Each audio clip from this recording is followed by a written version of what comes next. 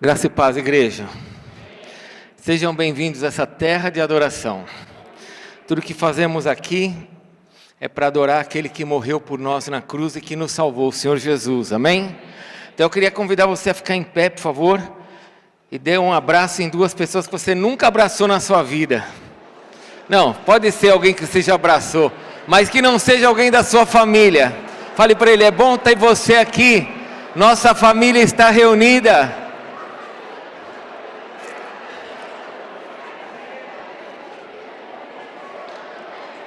Aleluia!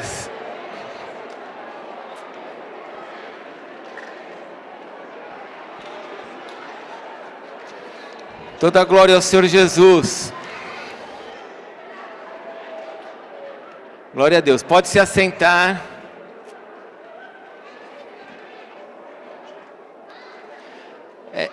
É num momento como esse que pode sair algum casamento, alguma coisa nova. Alguém pode sair do deserto num momento desse. Oh, glória, tá vendo?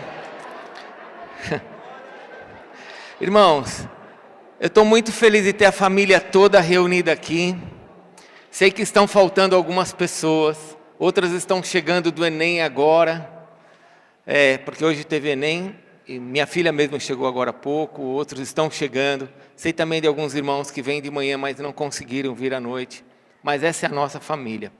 Um pouco maior do que isso, mas essa é a nossa família. E eu queria trazer hoje uma palavra para vocês. Uma palavra que não é minha.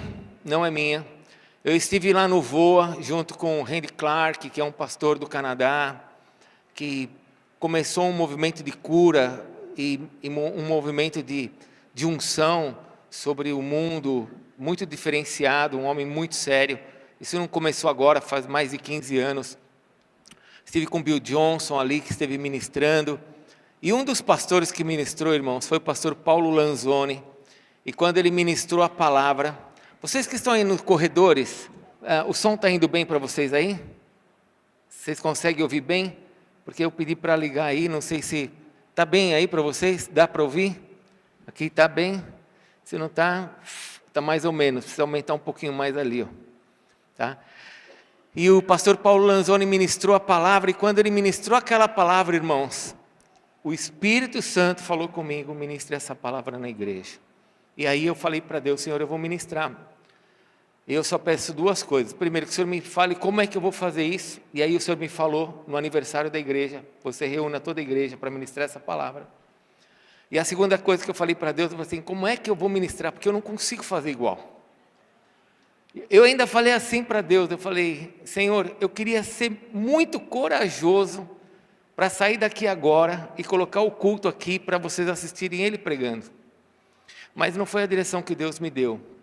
O Senhor deu a direção para que eu ministrasse vocês, para que eu colocasse a palavra que Ele colocou no meu coração, uma palavra de Deus, no nosso contexto e para nós.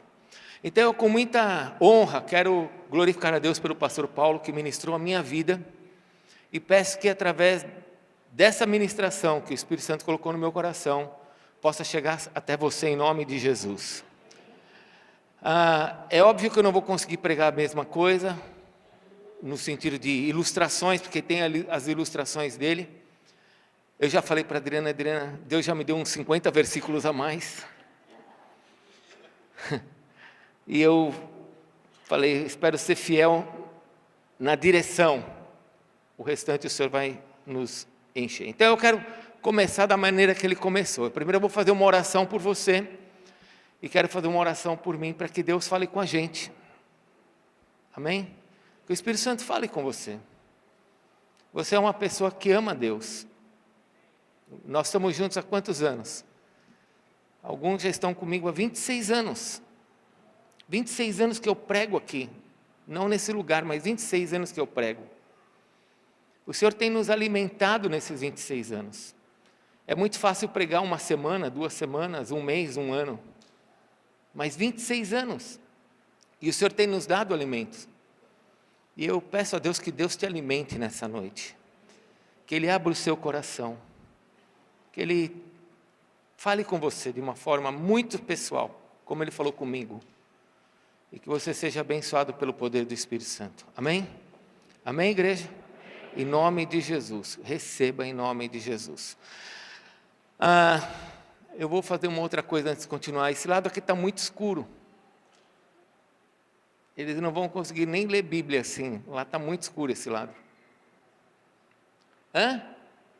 Depois dos vídeos. Então, depois do vídeo vai ficar mais claro aí. Deixa eu fazer uma pergunta para você. Vamos começar? Amém? Vamos receber a palavra? Quando a gente fala Jesus, o que é que vem na sua mente? Qual é a imagem que você tem de Jesus quando eu falo Jesus? Como é que você vê Jesus? Por exemplo, eu vou fazer o que fizeram comigo, tá bom? Muitas coisas aqui eu vou fazer o que fizeram comigo, outras coisas o Espírito Santo vai me dirigir, então vamos fazendo aqui algumas coisas que eu vi e foi bom para mim. Feche os seus olhos, por favor, feche os olhos. E se você tivesse agora que descrever Jesus que está na sua mente, como é que você descreveria Jesus? Qual seria o desenho que você faria de Jesus?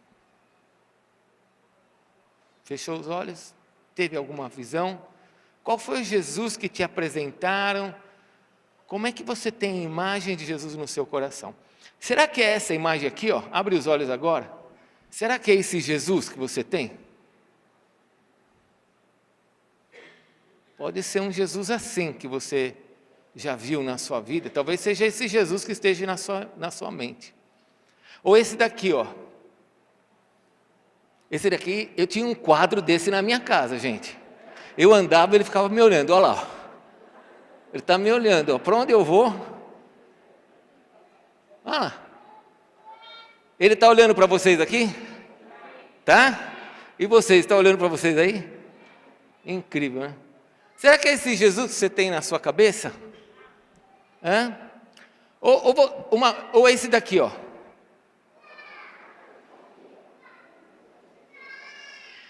Qual a imagem que você tem de Jesus? Eu não sei se você sabe, mas uma vez os cientistas tentaram descrever a imagem de Jesus.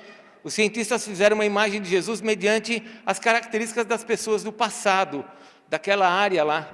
E chegaram nessa conclusão, essa aqui, ó. Horrível, né, gente? Esse é feio demais. É ou não é? É muito feio. É horrível. É só um cientista para fazer um negócio desse, não é?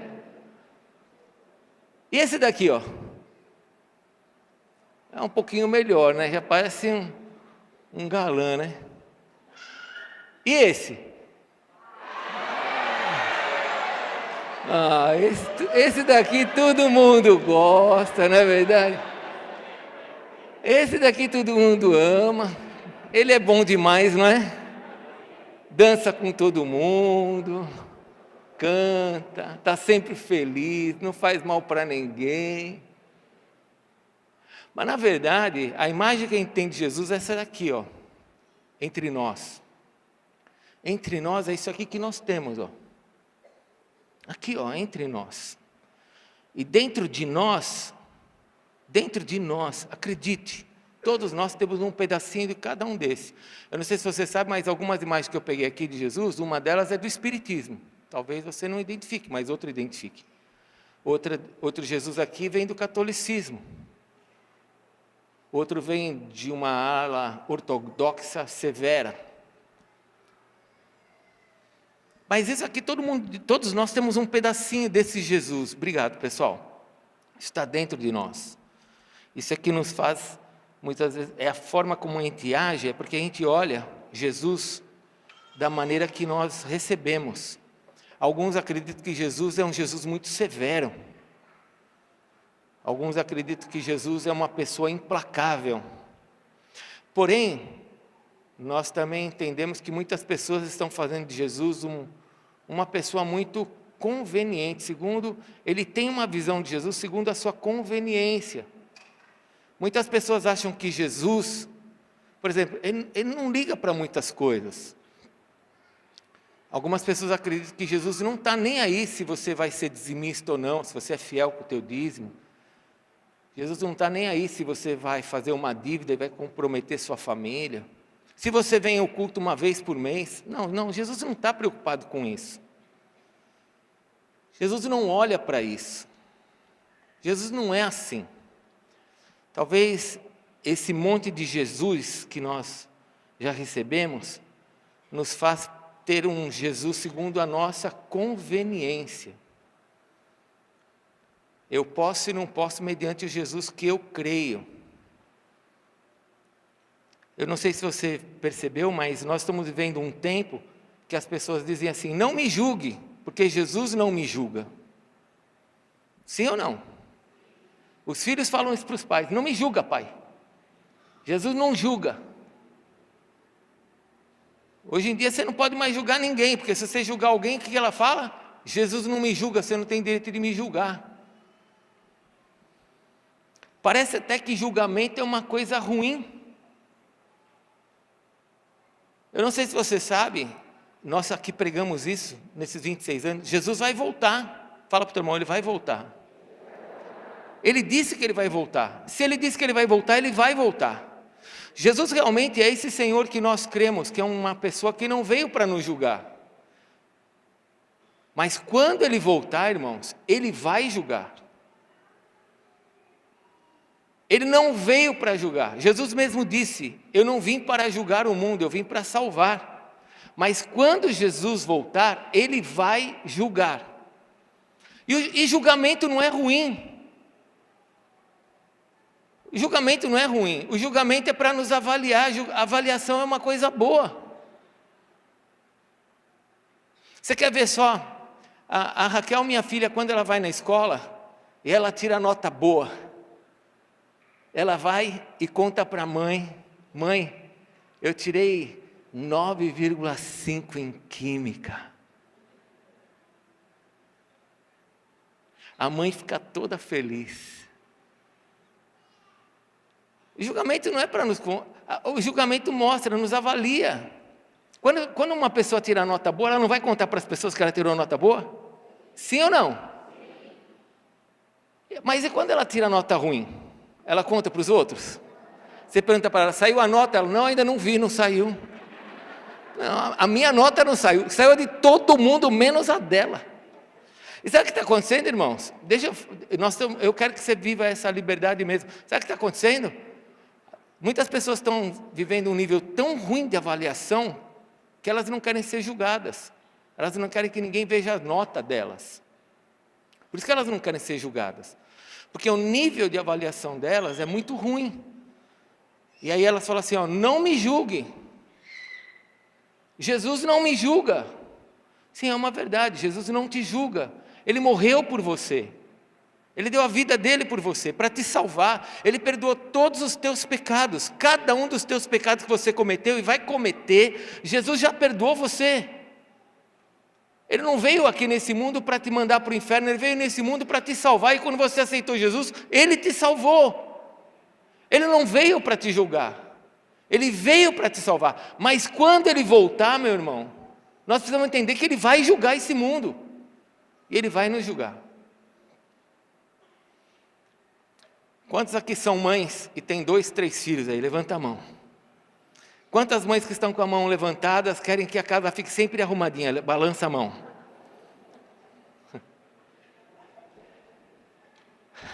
Isso acontece em toda casa de mãe. Se eu tiver errado, você me repreende, tá bom? Mas toda casa de mãe acontece isso. A mãe chega em casa, a casa está uma baderna. Porque filhos pequenos, eles fazem uma coisa incrível dentro de casa. Eu tive uma filha de cada vez. A Cristiane, irmãos, eu tive que colocar ela num quarto e fechar, porque o que ela colocava no chão do quarto dela era uma coisa insuportável, não dava para andar. Ela pegava tudo para colocar no chão. Aí as mães querem que a casa fique arrumada, não querem? Sim ou não? Sim. Aí a mãe chega e vê os filhos lá fazendo aquela baderna. O que a mãe faz? O que a mãe faz? Vai até os filhos e fala para os filhos: que baderna é essa? O que vocês estão fazendo aqui nessa casa? Coloca a toalha no lugar. Tira esse sapato daqui. O que esse copo está fazendo aqui? E esse prato embaixo da cama?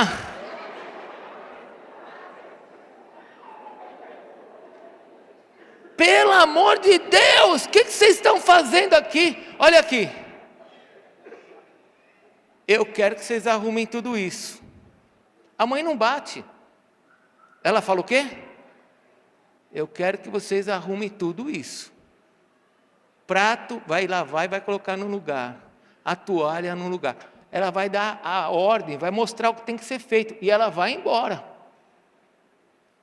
Sim ou não? Mas uma hora ela volta, não volta? Volta ou não volta? E quando ela volta? Ela vai falar ou já vai tratar o negócio? Aí é o tratamento, não é? Deixa eu te falar, Jesus já veio uma vez, meu irmão. Jesus já veio uma vez e tratou todo mundo com amor, tem nos tratado com amor, tem nos mostrado o caminho, deixou as Escrituras para nos mostrar onde tem que colocar a toalha, onde você tem que colocar a tua vida, onde você tem que como você tem que fazer com o teu casamento, com a tua empresa, com os teus negócios, com a tua vida emocional, com a tua vida espiritual. Ele veio, escreveu tudo e falou, e foi embora. Ele não veio te julgar, ele veio para te salvar. Ele veio para te dar uma direção, ele não veio para te envergonhar. Escute, Jesus não veio para nos envergonhar, Ele veio para nos colocar em honra. Ele veio para nos colocar numa condição de honra e de alegria. Mas Ele foi embora. E Ele vai voltar. E quando Ele voltar a segunda vez, irmãos, Ele não vai perguntar por que a toalha está no lugar errado. Porque o que esse copo está fazendo aqui? Porque Ele já disse como é que tem que ser feito. Ele já mostrou o que é que tem que ser feito.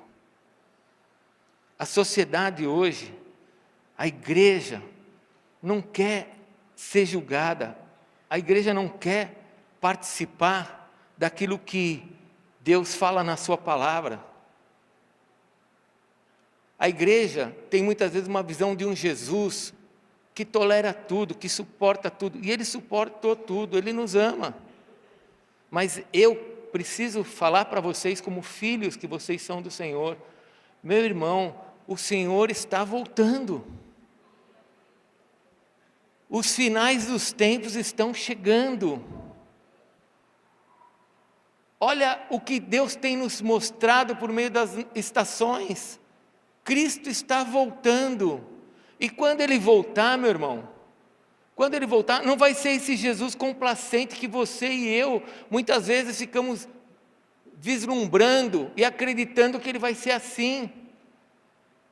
A primeira vez que Ele veio, Ele nos mostrou o que tinha que ser feito. E quando Ele voltar, Ele vai querer ver o resultado disso. Eu não sei se você alguma vez já olhou os quadros que estão lá fora. Aqueles quadros que estão lá fora é de Auschwitz. Sabe o que são aqueles quadros?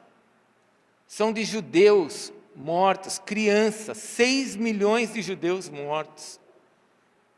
E sabe por que eles morreram? Porque eles não deram valor ao que Deus disse para eles. Ah, mas Deus não julga, Deus é amor. Sim, Ele é amor, Ele veio para salvar. Mas eu preciso entender que a justiça de Deus está sobre a terra. Eu preciso entender que isso não vai acabar assim. Vamos ler alguns versículos bem rápidos, por favor. 2 Coríntios capítulo 5, versículo 10. Abra a sua Bíblia, marca esse versículo. 2 Coríntios capítulo 5, versículo 10. Acharam? Por favor, abra a sua Bíblia, marca esse versículo. Isso aqui não está falando no Velho Testamento, isso aqui é para nós, isso aqui é para a igreja. Diz assim o versículo 5, versículo 10, 2 Coríntios 5, 10. Porque importa que todos nós, todos são? Todos, não vai faltar um. A menos que você não vá para o céu. Se você não for para o céu, aí é outra batata que vai assar. Aqui é uma coisa. Todos nós compareceremos perante o tribunal de Cristo, para cada um receber segundo o quê? O bem ou o mal que tivermos feito por meio desse corpo. Abra a segunda Apocalipse capítulo 22, finalzinho da Bíblia, quando está terminando o livro de Apocalipse. Jesus está deixando uma palavra para a igreja. O livro de Apocalipse é para a igreja. Apocalipse capítulo 22.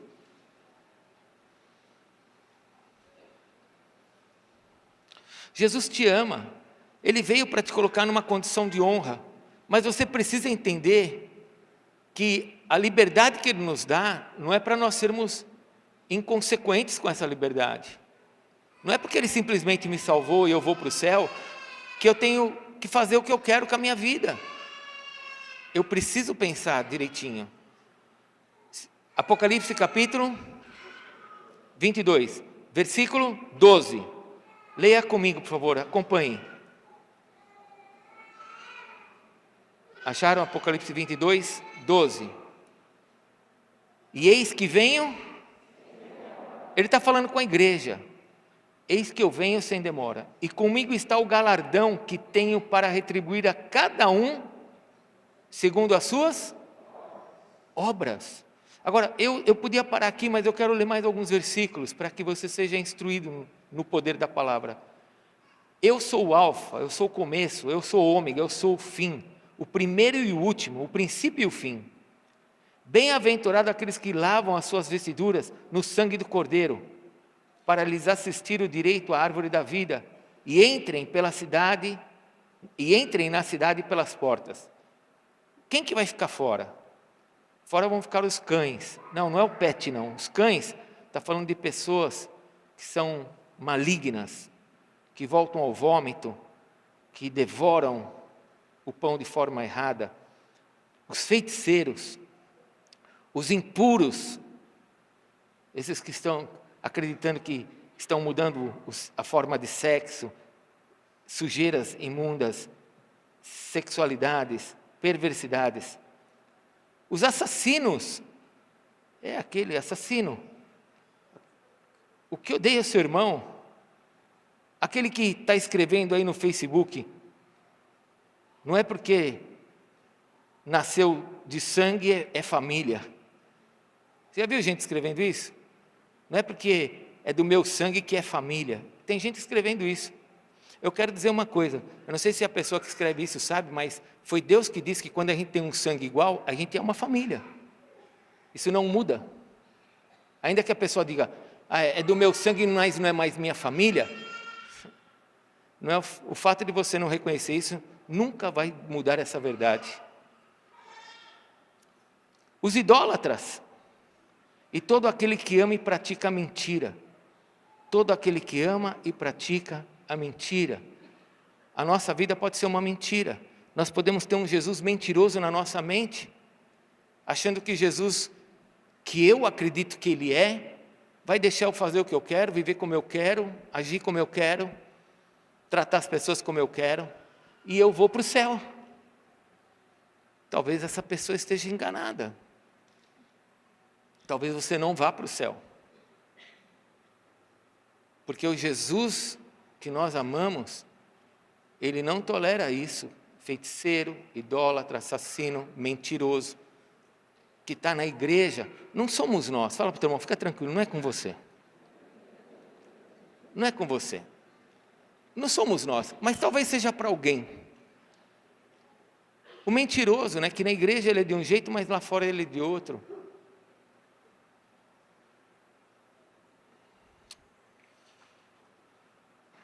Jesus escreveu para 7 igrejas no Apocalipse. Não vou ler todas, não vou ler para você os versículos, mas Apocalipse 2:2 ele falou para Éfeso, para a igreja de Éfeso, conheço as tuas obras. Para Esmirna ele falou, eu conheço a tua tribulação. Para Pérgamo ele falou, eu conheço o lugar em que você habita. Tiatira 2:19 ele disse, eu conheço as tuas obras. Sardes 3:1 ele disse, eu conheço as tuas obras. Para Filadélfia 3:8 ele disse, eu conheço as tuas obras. Para Laodiceia 3:15 ele disse, eu conheço as tuas obras. Jesus está olhando o que nós estamos fazendo, meu irmão. Ele está vendo o que a gente faz. Ele vê como é o nosso casamento, Ele vê a nossa atitude. E talvez dentro do nosso coração, nós temos aquele entendimento assim, mas Jesus vai aceitar tudo. Não vai, meu irmão. Ele vai voltar e vai julgar essa terra. E pode ser, não quero falar isso como uma palavra de condenação, mas pode ser que muita gente aqui, quando chegar no céu, vai ficar procurando o marido e não vai achar o marido. Vai chegar no céu e não vai achar a esposa. E olha, se acontecer isso, não venha falar comigo. Eu não tenho nada a ver com isso. Eu tenho que responder pela minha salvação. Deixa eu contar uma coisa para vocês. Eu tinha um professor no seminário chamado Richard Steckenburg, americano, um senhor. Ele era o deão do seminário e o meu referencial dentro do seminário. E quando ele ia fazer prova, irmãos, era a pior prova que tinha dentro do seminário, era a dele. Porque a prova dele era assim: primeira pergunta, escreva tudo que você aprendeu nesse semestre. Segunda pergunta, não tinha, era só uma. Se você perguntasse para os alunos de 4º ano, de 5º ano, você já fez prova com o pastor Richard? E eles iam falar, já. E o que ele pede na prova? Só uma pergunta. Todo mundo, ele só tinha uma. Então o que você tinha que fazer? Você já sabia a pergunta. O que você tinha que fazer? Estudar para aquela pergunta. Qual que era a pergunta? Fácil. Escreva tudo que você aprendeu nesse semestre na escola.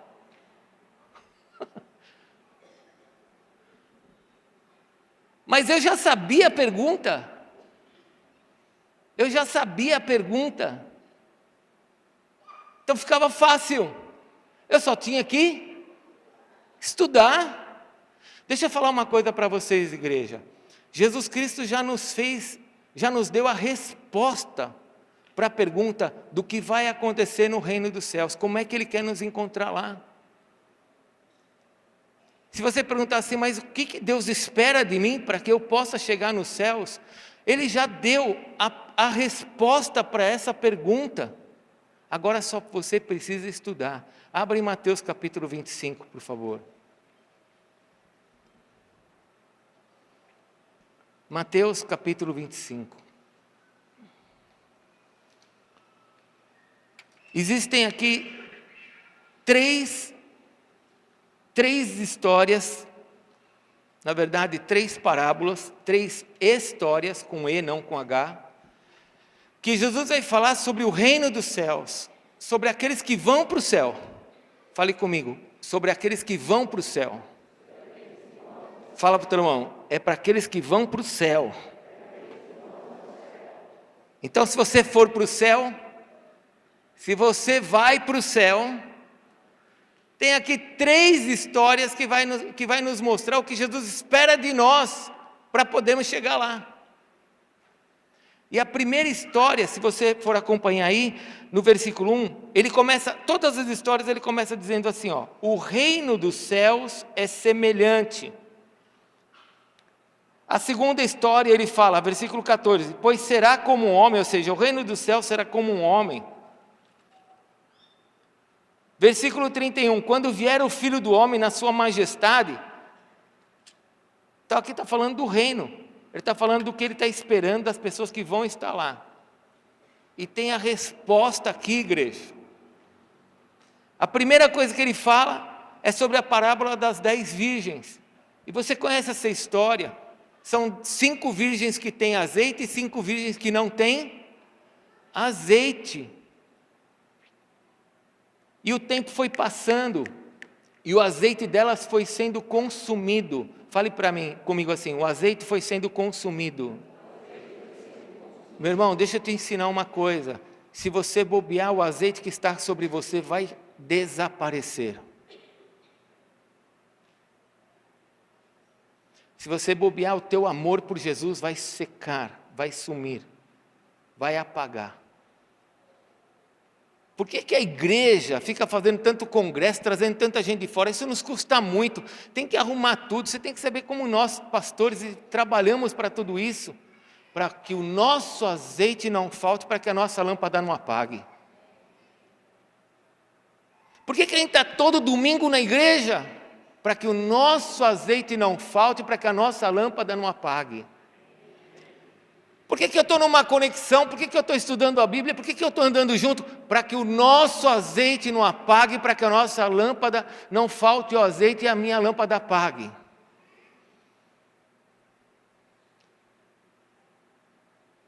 Quando Jesus voltar, Ele quer que a igreja tenha azeite. Ele quer que as pessoas tenham desta unção. Ele está dizendo, vai ser assim. Você sabe o que aconteceu com as outras 5 que não tinham azeite? Que não se preocupavam com o azeite? Elas não eram do Senhor. Para aqui um pouquinho, segura aqui em Mateus, abra lá em Tiago, vamos para Tiago, eu preciso mostrar algumas coisas para você. Tiago capítulo 2. Abre aí, Tiago capítulo 2, por favor. Você sabe que é pelos nossos frutos que nós nos conhecemos, amém? Jesus falou, pelos seus frutos Como é que você conhece uma pessoa? É pelo fruto que ela... Não é pelo que ela fala, irmãos. É pelo que ela faz que se conhece. Tiago capítulo 2, versículo 24, olha o que está escrito. Achou? Tudo bem, achou?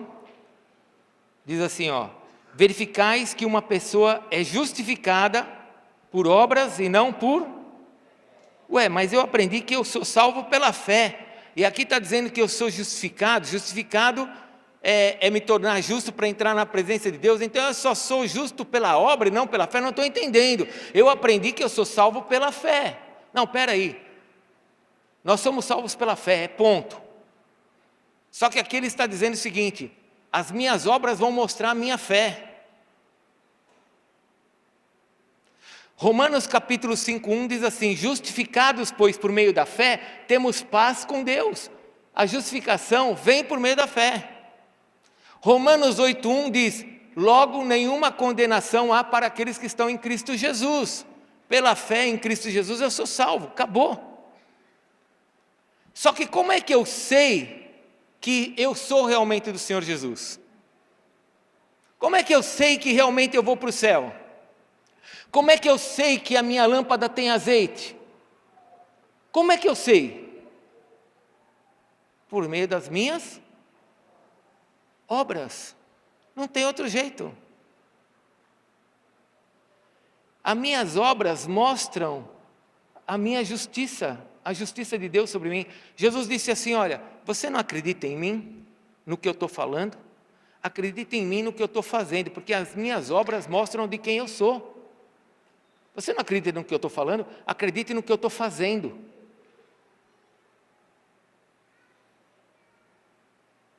Está em Tiago ainda? Versículo 14. Vamos para o versículo 14. Acharam? Meus irmãos, qual o proveito se alguém disser que tem fé, mas não tiver obras? Por acaso semelhante fé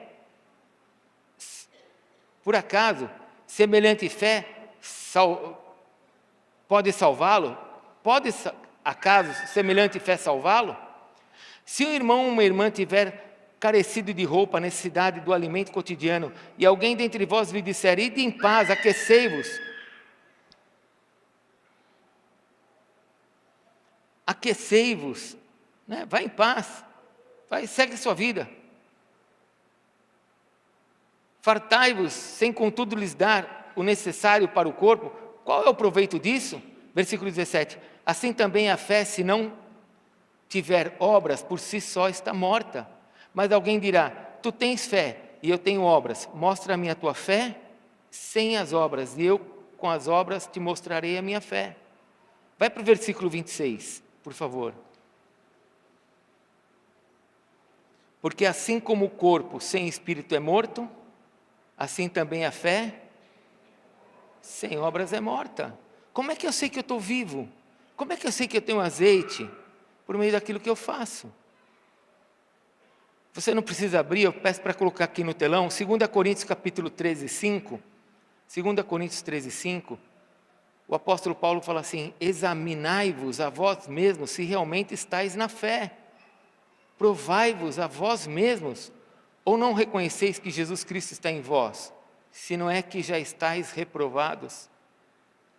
As obras vão mostrar o quanto que eu tenho de azeite. Eu preciso vir à igreja para manter o meu azeite. Eu preciso estar conectado com as pessoas para que o meu azeite se mantenha, senão ele vai apagar. Então a primeira pergunta, você já tem como ir para o céu. Você precisa estar cheio do azeite. Mas tem uma segunda coisa, é a parábola dos talentos, versículo 14. Jesus fala uma outra coisa. Volte lá para Mateus 25, tem uma outra história. Jesus fala de uma história, no capítulo 25, versículo 14, de uma outra coisa interessante. Ele fala assim, que um homem que era rico, que era dono de todas as coisas do seu país, ele pegou tudo o que ele tinha, fale comigo, tudo que ele tinha, tudo que ele possuía, e ele entregou a 3 servos.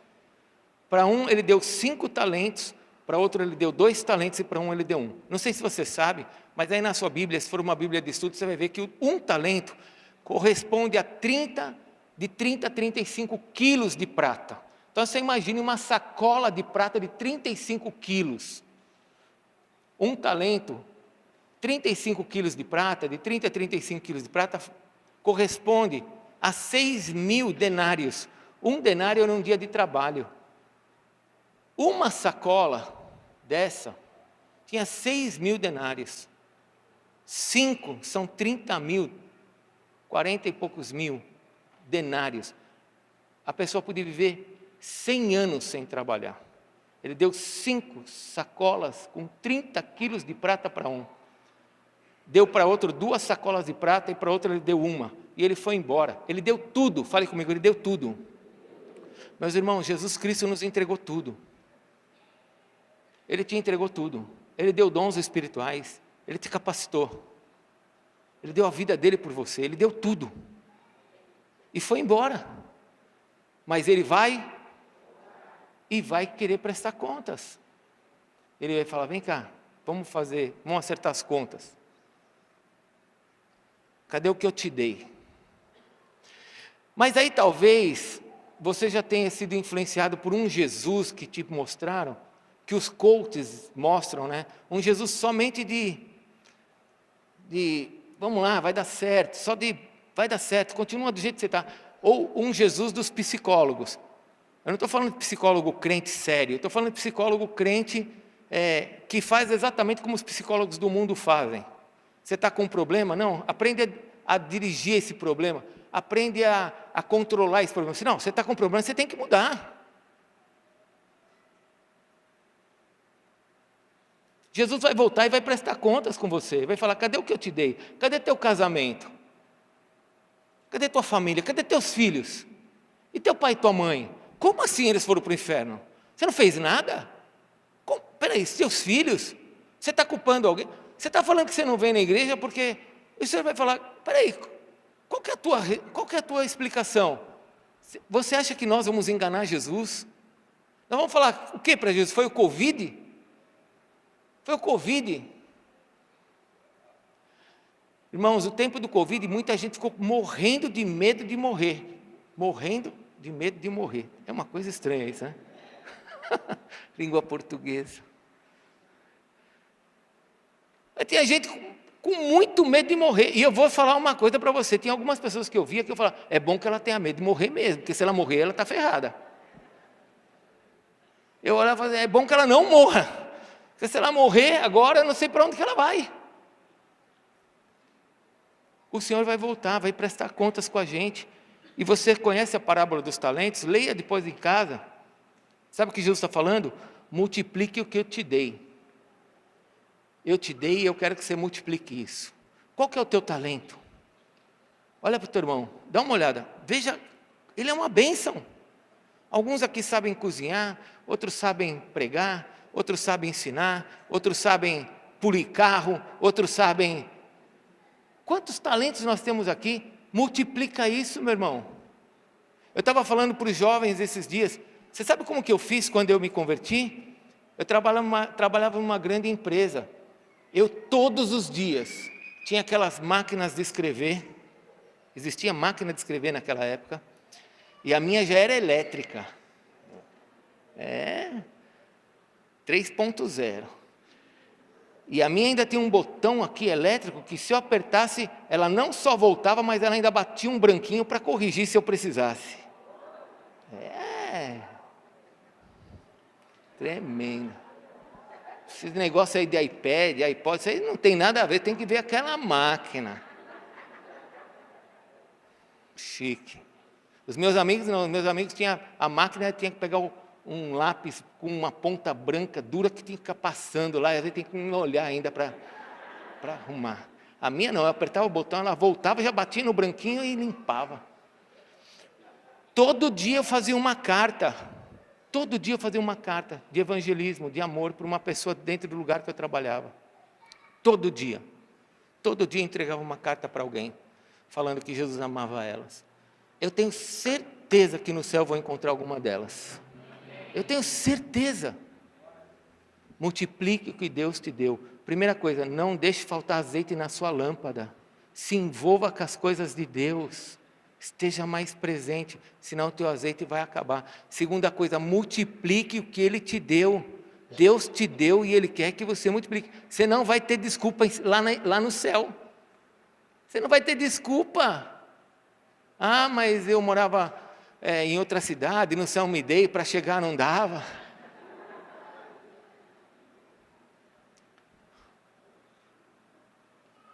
Você não vai ter desculpa. Multiplique o que Deus te deu. Terceira história, e essa é a última. O que ele fala na última história? Versículo 31. Essa última história, ela é tremenda, porque Jesus agora vai chamar todos, fale comigo, todos. Ele vai colocar todos juntos. E ele vai colocar aqui as ovelhas do lado direito, fale direito. E do lado esquerdo, esquerdo nunca funciona, irmãos. Do lado esquerdo, ele vai colocar os cabritos, os bodes. Direito as ovelhas. E ele vai chegar assim para as ovelhas, vai colocar todos.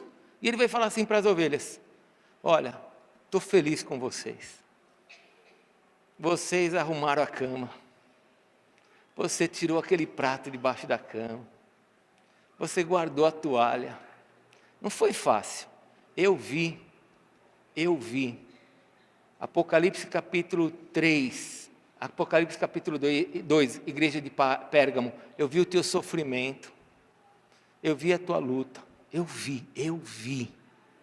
Mas você guardou o que você tinha que guardar. Você arrumou. Você perdoou. Você amou. Eu vi como foi difícil. Você multiplicou o que eu te dei. Eu vi. Então, venha, benditos do meu Pai. Porque eu tive fome e você me deu de comer. Eu tive sede e você me deu de beber. Eu estava nu e você me vestiu. Aí eles vão falar: mas Jesus, quando é que você estava com fome? Porque toda vez que você cuidou de um dos meus pequeninos. A peça de hoje foi de Deus, amém?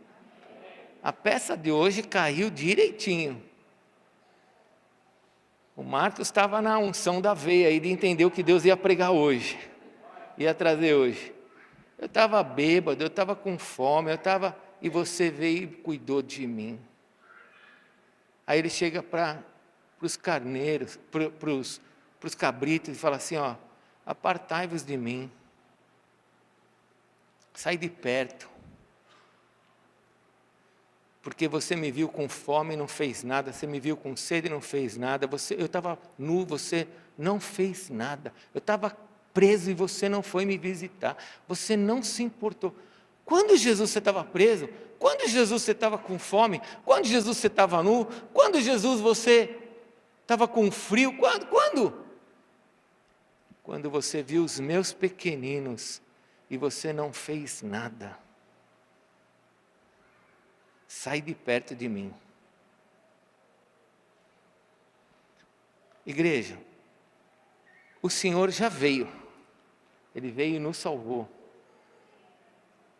Nos colocou em honra. Nos colocou na condição de filhos. E Ele vai voltar. E quando Ele voltar, agora Ele vai voltar para prestar contas. Alguns versículos aqui são para o reino. Mas entenda, todos nós compareceremos perante o tribunal de Cristo.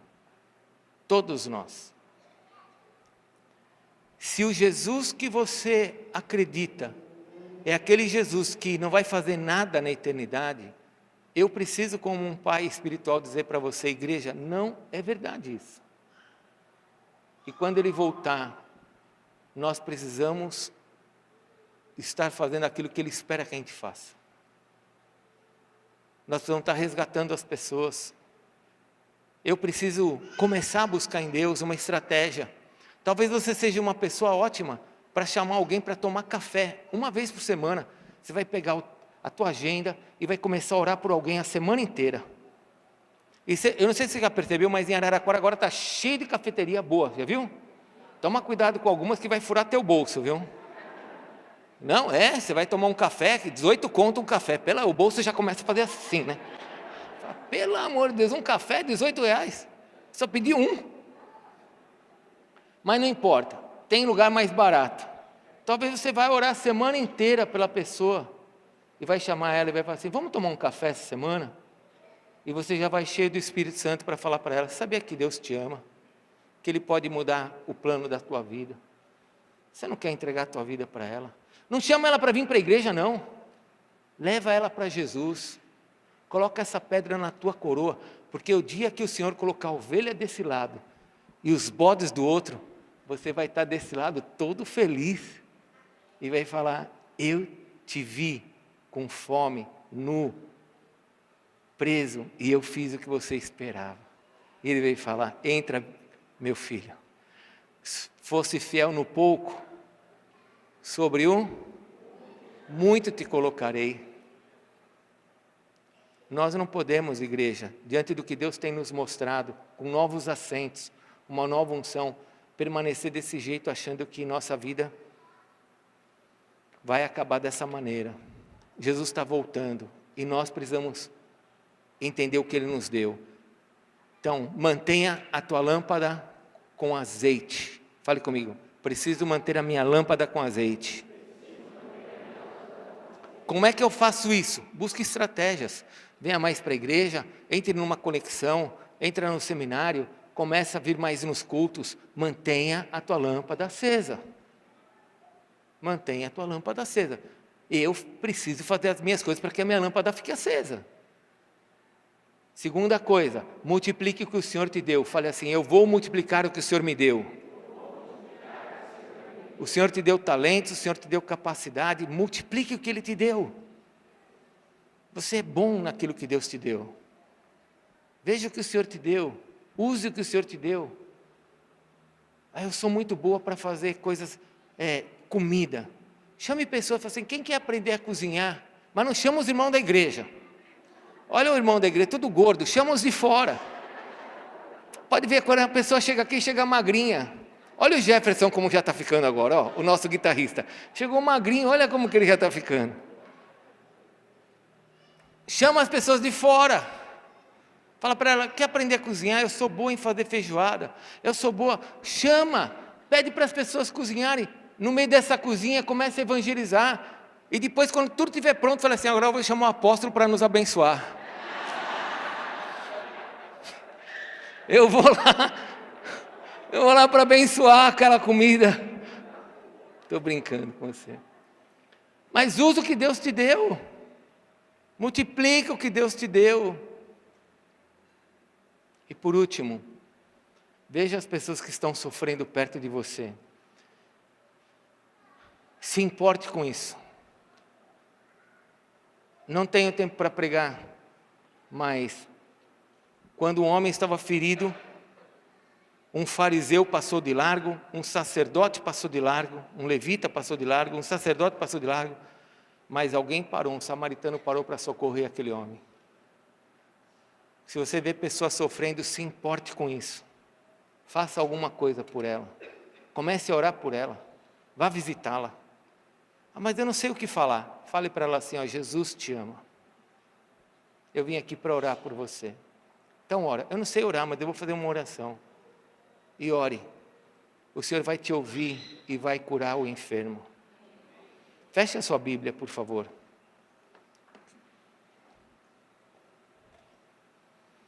Eu ainda tenho mais uma parte depois dessa com você.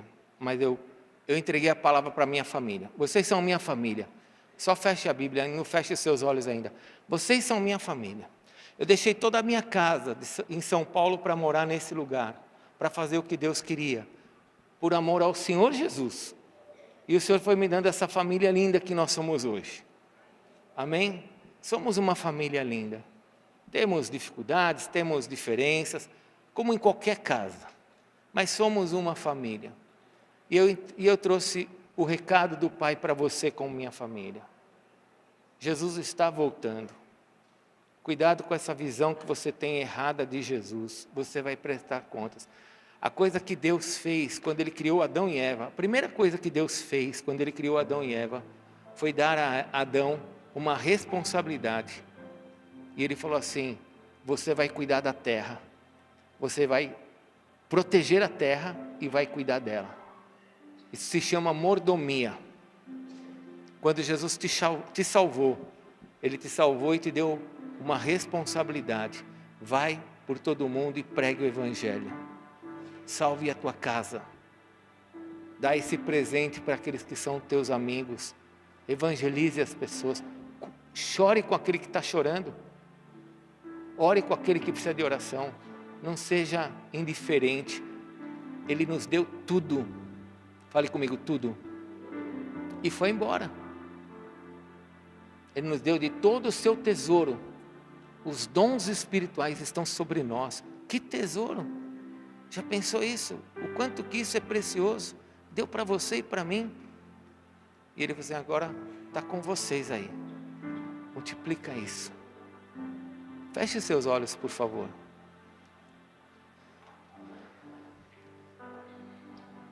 Senhor, quando essa palavra chegou ao meu coração, houve um temor dentro de mim. O Senhor sabe o que aconteceu comigo. E aquele sentimento, Senhor, se eu estou fazendo realmente o que o Senhor espera que eu faça. Se eu estou me importando realmente com aqueles que eu preciso me importar.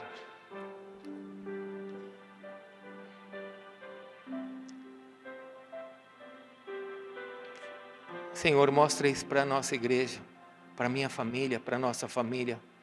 Mostra se realmente nós estamos dentro do propósito para o qual o Senhor nos salvou. Mostra se estamos realmente com as nossas lâmpadas acesas, se estamos cheios do Espírito. Mostra-nos, Senhor, se estamos multiplicando os nossos dons, se estamos nos importando com os outros. Senhor, ajuda-nos. Porque, Senhor, nós não queremos ficar. Quando o Senhor voltar, nós queremos ir com o Senhor. E se nós morrermos antes do Senhor voltar, nós queremos ir para o céu, Senhor. E nós queremos que as nossas obras testifiquem de quem nós somos. Mostre para nós mesmos que nós somos teus. Porque, Pai, nós somos incapazes de fazermos uma coisa boa. Quando fazemos é porque o Senhor está em nós. A nossa justiça, a nossa bondade, a Tua palavra diz que é como um trapo de imundície. Quando fazemos alguma coisa boa, não é nosso, vem do Teu Espírito em nós. Então ajuda-nos, Senhor, a colocarmos em prática as Tuas verdades. Leva-nos, ó Deus, a operarmos nesse mundo. Faz-nos sair das nossas casas, da idolatria dos nossos filhos, do nosso lar, das desculpas, Senhor, desfarrapadas, onde os nossos filhos são os nossos ídolos. Senhor, tira isso do nosso coração. Tira o ídolo da casa, tira o ídolo do trabalho. Tira o ídolo, Senhor, que pode estar atrapalhando a nossa visão de Ti. Tira isso do nosso coração. Pai, eu quero pedir por aqueles que não estão se sentindo no fogo, com a unção. Eu quero pedir que o Senhor renove a unção dos meus irmãos, que venha sobre eles nesta noite uma unção de poder, e eles se sintam fortalecidos por Ti. Igreja, vamos ficar em pé. Abre o teu coração para Deus. Abre as tuas mãos para o Senhor. Senhor, enche esse meu irmão com a Tua unção.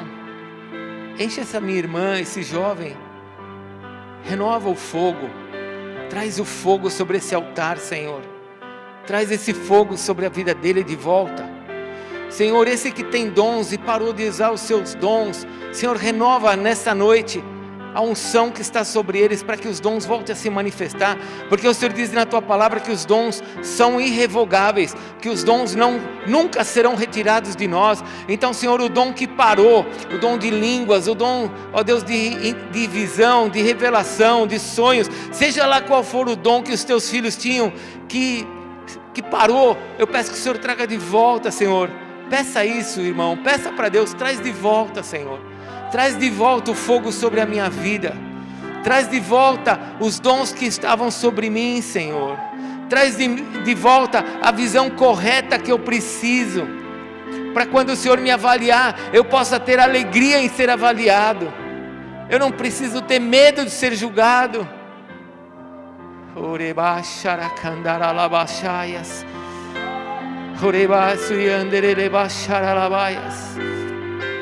Faz a Tua obra em nós, Senhor. E peça para Deus, Senhor, abre meu coração para que eu possa me importar com o aflito. Senhor, me perdoe quando eu não me importei com a minha família. Senhor, me perdoe quando eu não me importei com os meus filhos, quando eu abri mão de alguém. O Senhor nunca abriu mão de mim quando eu fiz as coisas erradas. O Senhor nunca abriu mão de você, meu irmão, quando você fez as coisas erradas. Não abra mão daqueles que fazem coisas erradas. Abençoa a vida delas. Abençoa a vida delas. Ame a tua família, ame a tua casa, ame aqueles que estão à sua volta. Ganhe-os para o Senhor Jesus. Ore por eles. Veja Deus fazendo um milagre na vida deles. Faz isso em nós, Senhor. E se você quiser nessa noite, você ainda pode fazer algo maior. Você pode falar para Deus: Senhor, me muda. Me muda. Eu quero ser transformado por Ti. Porque eu quero ser uma pessoa de honra. Meu irmão, Deus, Ele deu o seu Filho para fazer você uma pessoa de honra. Sabe, você faz parte da família de Deus. Você faz parte da família de Deus. Olha só que coisa. O Senhor disse assim, Jesus disse assim: eu vou preparar lugar para você. Na casa do meu Pai há muitas moradas. Meu irmão, talvez você ache que a coisa mais honrosa nesse mundo seria morar numa casa com 2, 3 quartos. Talvez você pense que uma garagem grande, um quintal grande. Eu vou te falar, isso tudo é honra dos homens. O que Deus preparou para você, nem olhos viram, nem ouvidos ouviram, nem jamais penetrou em coração humano. O que Deus tem preparado para você nos céus. Ele quer colocar você em honra. Ele te ama. Fale para Deus nessa noite: Senhor, começa algo novo em mim. Eu quero ser essa pessoa de honra sobre a terra, Senhor. Eu quero te honrar. Ore em línguas, comece a orar em línguas. Ore em cânticos espirituais. Deixa o Espírito Santo agora te encher. Muda a nossa vida, Senhor. Muda o meu coração como pastor, Senhor. Muda a nossa igreja. Muda a maneira de nós te vermos, Senhor. Muda os nossos olhos.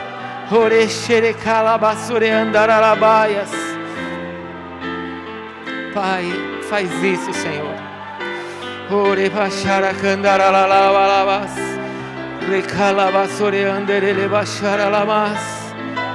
Sopra, Senhor, sopra sobre nós. Sopra sobre nós, sopra sobre nós. Aleluias. Aleluias. Você é uma pessoa de honra.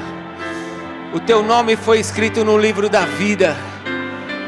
Como é que você sabe que teu nome está lá? Você tem azeite. Você tem a prata com você. A prata simboliza a redenção. Jesus Cristo comprou você. Ele te entregou tudo. Aleluias, aleluias, aleluias. Obrigado, Senhor, por esta noite. Receba. Você pode falar para Deus: obrigado, Senhor. Obrigado pela tua palavra, Senhor. Obrigado pela tua salvação. Fale isso para Deus: obrigado pela tua salvação, Senhor. Em nome de Jesus. Dá um beijo no teu irmão e fale para ele: Jesus te ama. Dá um beijo nele e fale: Jesus te ama. Você é muito importante para Deus. Agora dá um sorriso para ele e fale assim: Jesus vai voltar, meu irmão.